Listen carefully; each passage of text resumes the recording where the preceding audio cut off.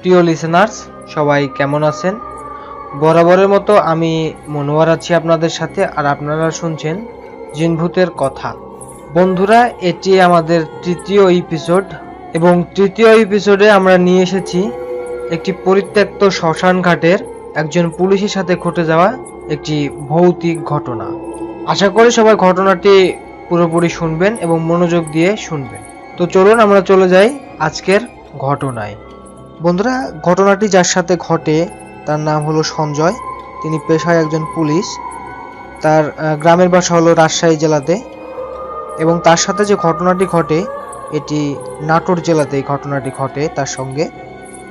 সালটা 2016 এবং সেই সময় তীব্র গরমের একটা সময় ছিল। বাংলাতে জ্যৈষ্ঠ মাস চলছিল তখন, এবং আপনারা জানেন যে জ্যৈষ্ঠ মাসে কিন্তু তীব্র একটা গরম হয়।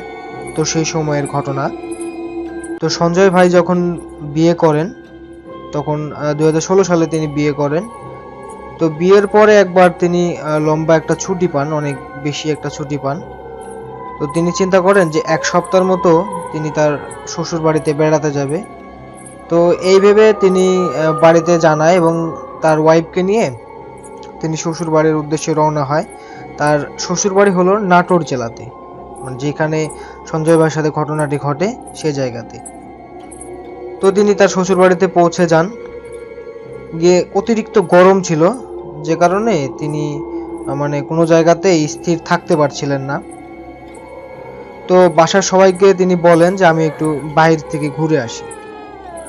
এ বলে তিনি বাইরে আসেন।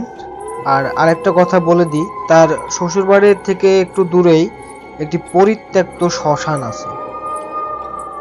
ওই শ্মশানে আর কোনো কাজ করা হয় না, ওটা পরিত্যক্ত হয়ে গেছে, ওটা অনেক দিন ধরে পড়ে আছে। ওইখানে আর কোনো লাশ পোড়ানো হয় না, এরকম একটা শ্মশান আছে। তো তিনি বের হন, বাসা থেকে বের হন যে একটু ঘোরাঘুরি করে আসি, ঘরে তো অনেক গরম বা বাসার ভিতর তো অনেক গরম, একটু বাইরে থেকে ঘোরাঘুরি করে আসি। তো সে রীতিমতন বের হয়ে চলে যায়। তিনি যেদিকে যান ওদিকে কোনো রকম তিনি শান্তি পাচ্ছিলেন না। অতিরিক্ত তীব্র গরমের কারণে তিনি কোনো রকম কোনো জায়গাতে গিয়ে শান্তি পাচ্ছিলেন না। তো উনি ঘুরতে ঘুরতে ওই শ্মশানের ঠিক বিপরীত পাশে একটি বাগান আছে, আম বাগান, বেশ পরিষ্কার সুন্দর একটি জায়গা, এবং পাশ দিয়ে একটি নালা বয়ে গেছে। ওই বাগানের পাশ দিয়ে একটি নালা বয়ে গেছে, আর নালার উপরেই বাগানটি। আর ঠিক নালার বিপরীত পাশেই, মানে অপর পাশে হলো সেই পরিত্যক্ত শ্মশানটি। কিন্তু সঞ্জয় ভাইয়ের জানা ছিল না যে ওটা একটি পরিত্যক্ত শ্মশান, এটা সঞ্জয় ভাই জানতো না। তো সে রীতিমতন ওইখানে বসে পড়ে। ওইখানে হালকা বাতাস হচ্ছিল, সেখানে বসে তিনি একটা শান্তি অনুভব করেন, যে এখানে বসে একটা শান্তি আছে। যেহেতু অতিরিক্ত গরম, সেজন্য তিনি একটু শান্তি পাচ্ছিলেন। তো এখানে তিনি বসে আছেন।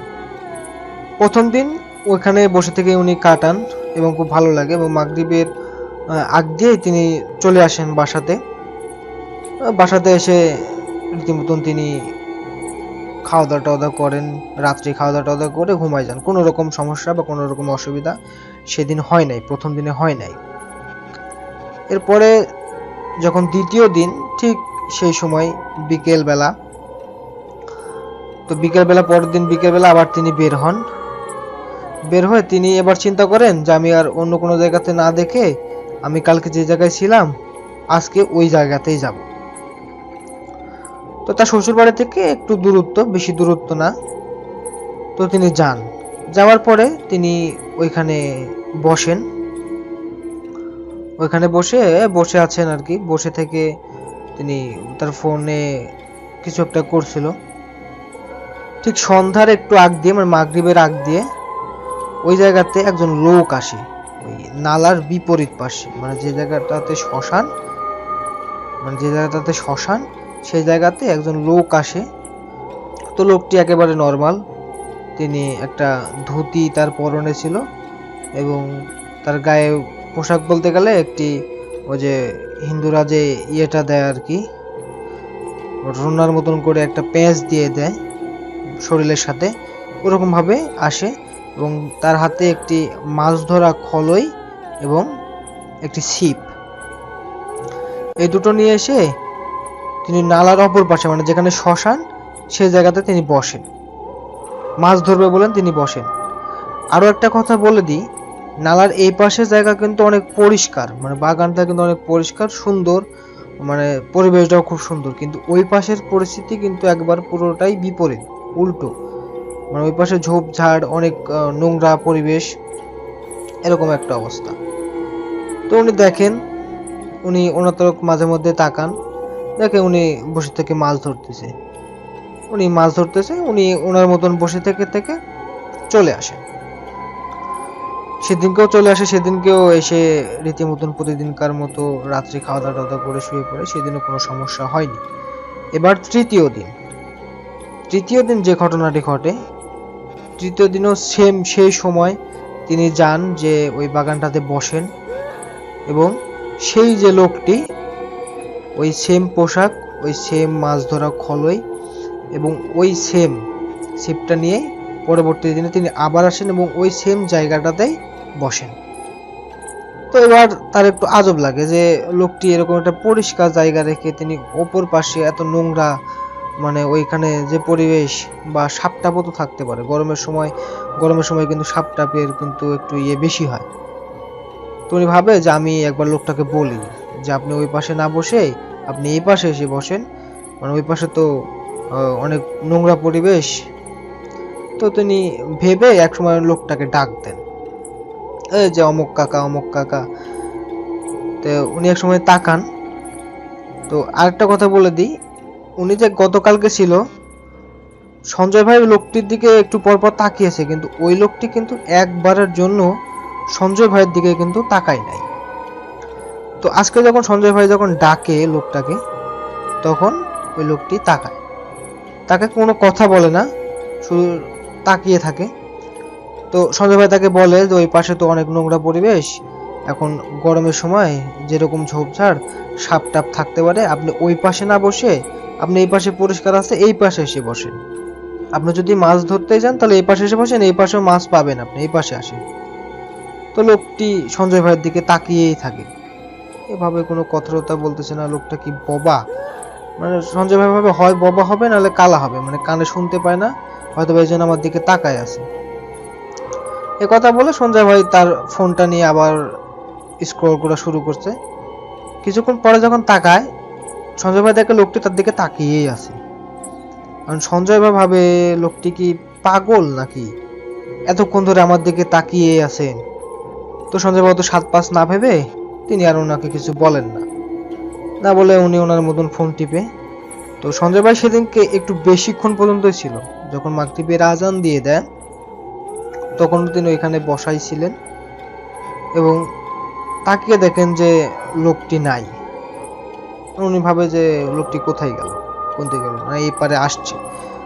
সঞ্জয় ভাবে হয়তো এই পারে আসবে, আর হবে যে না আজকে হয়তো আসবে না, মাগরিবের আজান দিয়ে দিছে, তার মনে হয় তিনি মনে চলে গেছেন, বাসায় চলে গেছেন, এইটা ভাবে।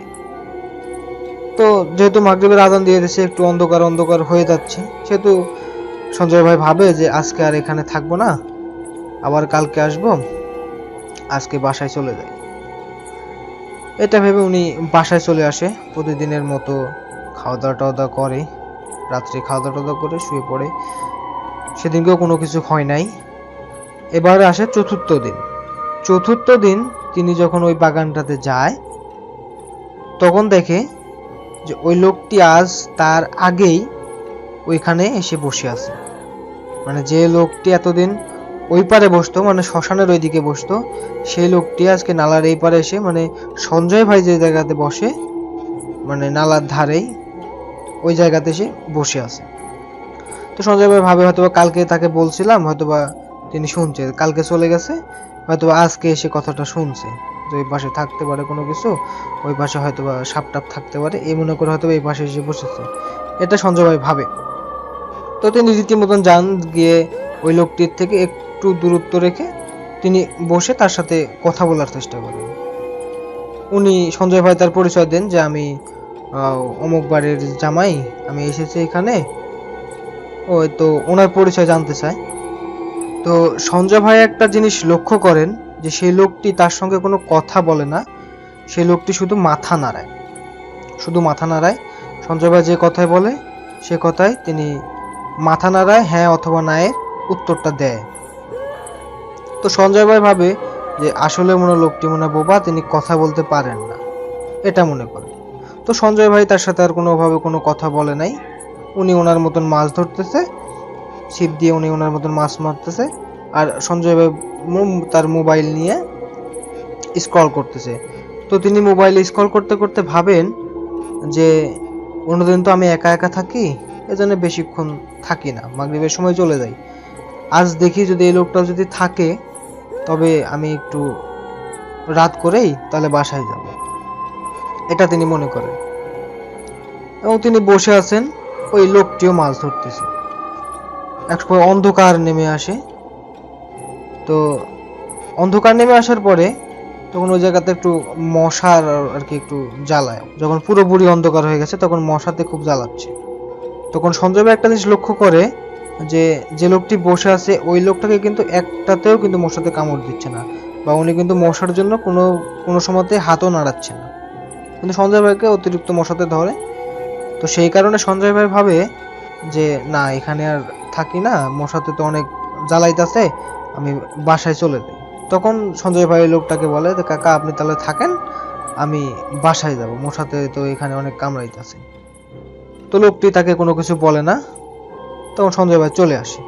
বাসায় আসার পরে তিনি যখন রাত্রে যখন খাওয়া দাওয়া করছিলেন তখন তার ওয়াইফ একটা প্রশ্ন করে তাকে যে আচ্ছা তুমি প্রতিদিন বিকেল হলেই তুমি যাও কোথায়?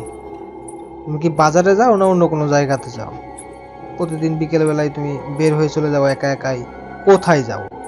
যেহেতু সঞ্জয় ভাইয়ের ওয়াইফের কোনো ছোট বোনও ছিল না, বা কোনো বড় বোনও ছিল না, বা ছোট ভাই বোনও কেউ ছিল না। সঞ্জয় ভাইয়ের ওয়াইফ শুধু একাই ছিল। সেজন্য তার সঞ্জয় ভাইয়ের সাথে যে সঙ্গ দিবে এরকম কোনো লোক ছিল না। এজন্য সঞ্জয় ভাই একা একাই সব জায়গাতে যেত।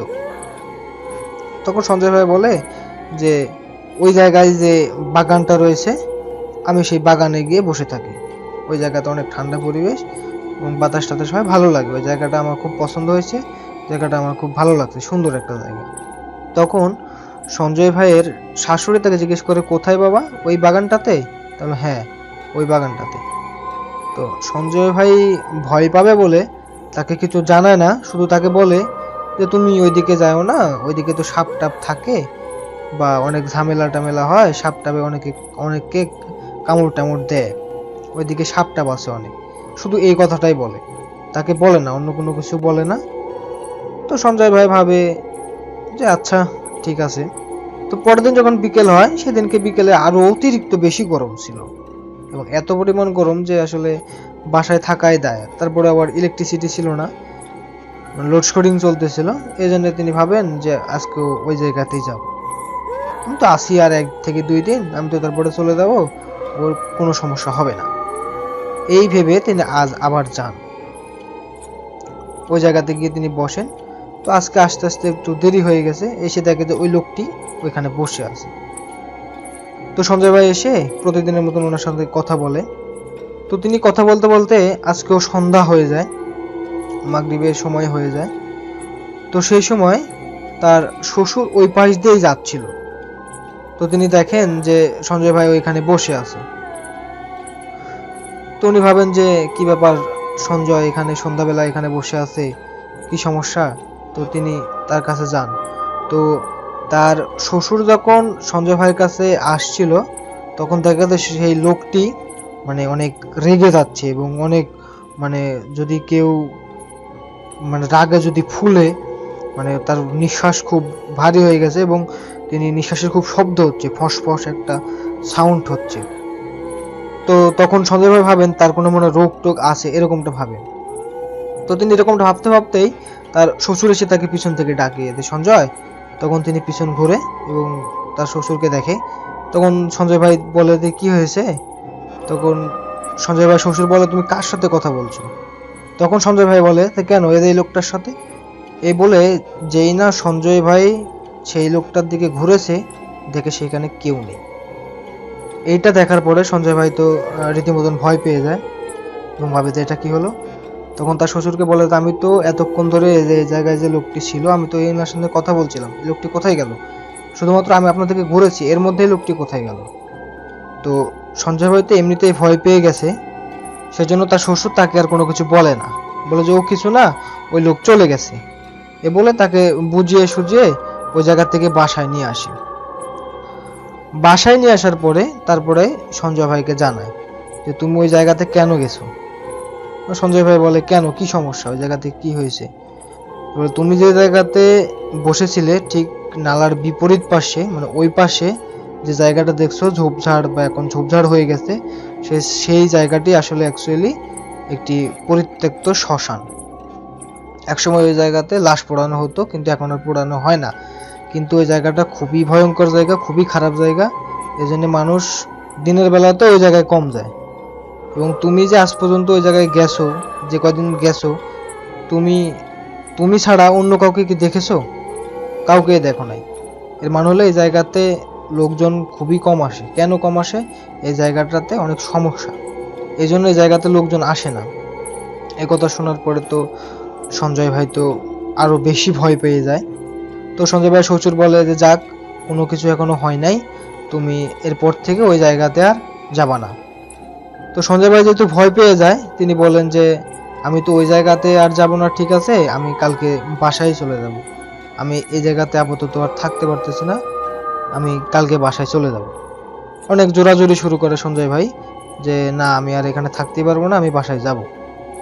তখন তার শ্বশুরটা বলে আচ্ছা ঠিক আছে, তাহলে তুমি এখন খাওয়া দাওয়া টাওয়া করে তুমি শুতে যাও, তারপরে কালকে সকাল হলে ওটা দেখা যাবে না, এটা বলে। তো রীতিমতন সঞ্জয় ভাই খাওয়া দাওয়া টাওয়া দাওয়া করে তিনি ঘুমাইতে চলে যায়। তো তিনি ঘুমিয়ে পড়েন। এক পর্যায়ে রাত 1টার দিকে তার ঘুম ভেঙে যায়, দেখে ইলেকট্রিসিটি নেই, মানে বিদ্যুৎ নেই, মানে অতিরিক্ত গরমের কারণে তার ঘুমটা ভেঙে যায়।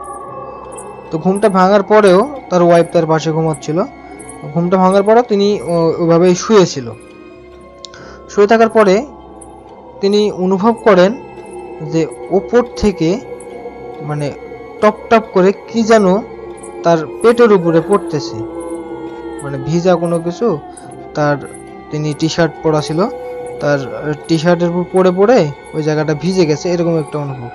তিনি ভাবেন যে মানে কি, তিনি কিছু বুঝতে পারেন না।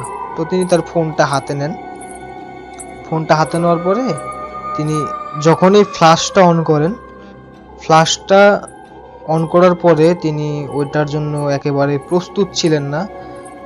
তিনি দেখেন যে যে লোকটিকে তিনি সেই বাগানটিতে দেখেছিল বা সেই শ্মশান ঘাটে দেখেছিল, সেই লোকটি তার যে ফ্যান আছে সেই ফ্যানের সিলিংটা ধরে একটা মাছ চাবিয়ে চাবিয়ে খাচ্ছে, কাঁচা একটি মাছ চাবায় খাচ্ছে, এবং সেই মাছের রক্তগুলো তার শরীরে পড়তেছে। তো এইটা দেখার পরে তো সঞ্জয় ভাই খুবই ভয় পেয়ে যায়, এবং এত পরিমাণ ভয় পেয়ে যায় যে তিনি একটা চিৎকার দেয়, একটা চিৎকার দিয়ে সেখানে সেন্সলেস হয়ে যায়। তো তার চিৎকার শুনে তার ওয়াইফ পাশেই ঘুমাচ্ছিল, তার ওয়াইফ ঘুম থেকে উঠে বলে কি হয়েছে কি হয়েছে। তারপরে দেখে যে সঞ্জয় ভাইয়ের কোনো জ্ঞান নেই। তখন সঞ্জয় ভাইয়ের ওয়াইফ সবাইকে ডেকে তার রুমের ভিতরে নিয়ে আসে, নিয়ে এসে দেখে যে সঞ্জয় ভাইয়ের কোনো জ্ঞান নেই। তো তার যখন জ্ঞান আসে, সঞ্জয় ভাইয়ের যখন জ্ঞান আসে, তখন সকালের দিকে সঞ্জয় ভাইয়ের জ্ঞান আসে, এবং তাকে জিজ্ঞেস করা দেওয়া হয় যখন যে তার সাথে কি হয়েছিল, কেন তার এরকম হলো। তখন রাতের যে কাহিনীটা হয়েছিল সেটা পুরোটাই তার শ্বশুরদেরকে সবাইকে খুলে বলে যে আমার সঙ্গে এটা এটা হয়েছে, আমি তো তখন ঘুমাইছিলাম, ঘুম ভাঙার পরে আমি এটা দেখেছি। এবার তো বাসার সবাই তো মনে করেন যে ভয় পাওয়া যায় যে এটা তো এবার ওনার পিছনে পড়ে গেছে, আর ওইটা তার পিছনে পড়ে তার সঙ্গে তো অনেক খারাপ কিছু হয়, এটা তো ওনার পিছনে পড়ে গেছে। তো সঞ্জয় ভাই শ্বশুর আর দেরি না করে তিনি সকালের খাওয়া দাওয়া করে তিনি চলে যান, গিয়ে একটা কবিরাজ বা ওঝা যেটা বলেন একজনকে নিয়ে আসে। নিয়ে আসার পরে ওনাকে দেখেন, কবিরাজ এসে সঞ্জয় ভাইকে দেখার পরেই উনি বুঝে যান যে তার সমস্যাটা কি।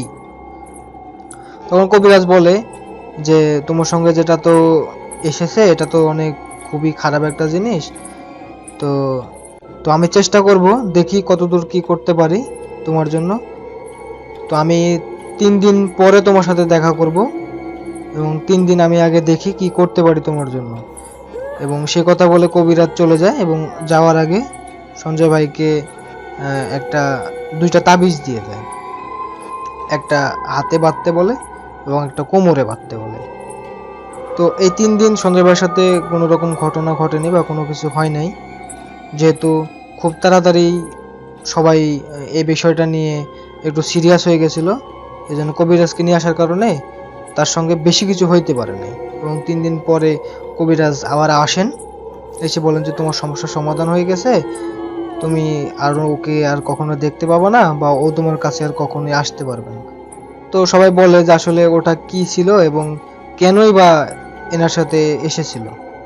তো কবিরাজ তখন সবটা খুলে বলে যে আসলে সে যখন ওই জায়গাটাতে বসেছিল, সচরাচর তো ওই জায়গাতে কেউ যায় না। তো ও যখন একা একা গিয়ে যখন ওই জায়গাতে বসেছিল, তো বসে থাকতে মানে প্রথম দিন তাকে ও দেখে কিন্তু কিছু বলে না। তৃতীয় দিন তিনি মাছ মারার বাহানায় ওইখানে এসে বসে এবং চাচ্ছিল যে কখন ও ওর সঙ্গে কথা বলবে, এটারই অপেক্ষায় ছিল। তো সঞ্জয় যখনই ওর সঙ্গে কথা বলে তখনই তার ইয়েটা লোপ পাওয়া যায় এবং সঞ্জয় তাকে ডাকে যে আপনি ওই পাশে না এসে এই পাশে আসেন। আর এই ডাকাটাই হয়েছিল সবচাইতে ভুল। ও যদি না ডাকতো, সঞ্জয় যদি না ডাকতো, তাহলে এত কোনো কিছু হতো না বা ও আসতো না। সঞ্জয় ডাকছে এই জন্যে ও ওর সঙ্গে আসছে। তো পরবর্তী দিনে যখন উনি যান তখন দেখেন যে সঞ্জয় জায়গাতে ও বসে আছে, যেগুলো আমি আপনাকে প্রথমেই বলে এসেছি, গল্প শুরুতেই বলে এসেছি। তো এরপর থেকে সঞ্জয় ভাইয়ের সাথে আর কোনো কিছু হয় নাই। তারপরে সঞ্জয় ভাই চলে আসে তার নিজের বাড়িতে এবং এসে তিনি আবার ডিউটি শুরু করে দেন। তিনি যেহেতু পুলিশে ছিলেন, তিনি আবার তার ডিউটি শুরু করে দেন। এবং এর মধ্যে একদিন আমার সঙ্গে সঞ্জয় ভাইয়ের দেখা হয় এবং সঞ্জয় ভাইয়ের এই কাহিনীটা শুনি এবং তার অনুমতি সাপেক্ষে আমি আমার এই চ্যানেলটাতে প্রচার করলাম। তো এই তো ছিল আমার স্টোরি। আশা করি আপনাদের অবশ্যই ভালো লেগেছে এবং কেমন লেগেছে তা অবশ্যই কমেন্ট করে জানাবেন। ভিডিওটি যদি ভালো লেগে থাকে তাহলে অবশ্যই ভিডিওটিতে একটি লাইক দিবেন এবং আপনি যদি ভৌতিক ঘটনাগুলো শুনতে পছন্দ করে থাকেন তাহলে অবশ্যই আমাদের এই চ্যানেলটিকে সাবস্ক্রাইব করবেন এবং পাশে থাকা বেল বাটনটি প্রেস করে দিবেন আমাদের ভিডিও নোটিফিকেশন সবার আগে পেতে। তো দেখা হচ্ছে নেক্সট এপিসোডে। সে পর্যন্ত সবাই ভালো থাকবেন, সুস্থ থাকবেন এবং জিনভূত কথার সঙ্গেই থাকবেন। আল্লাহ হাফেজ।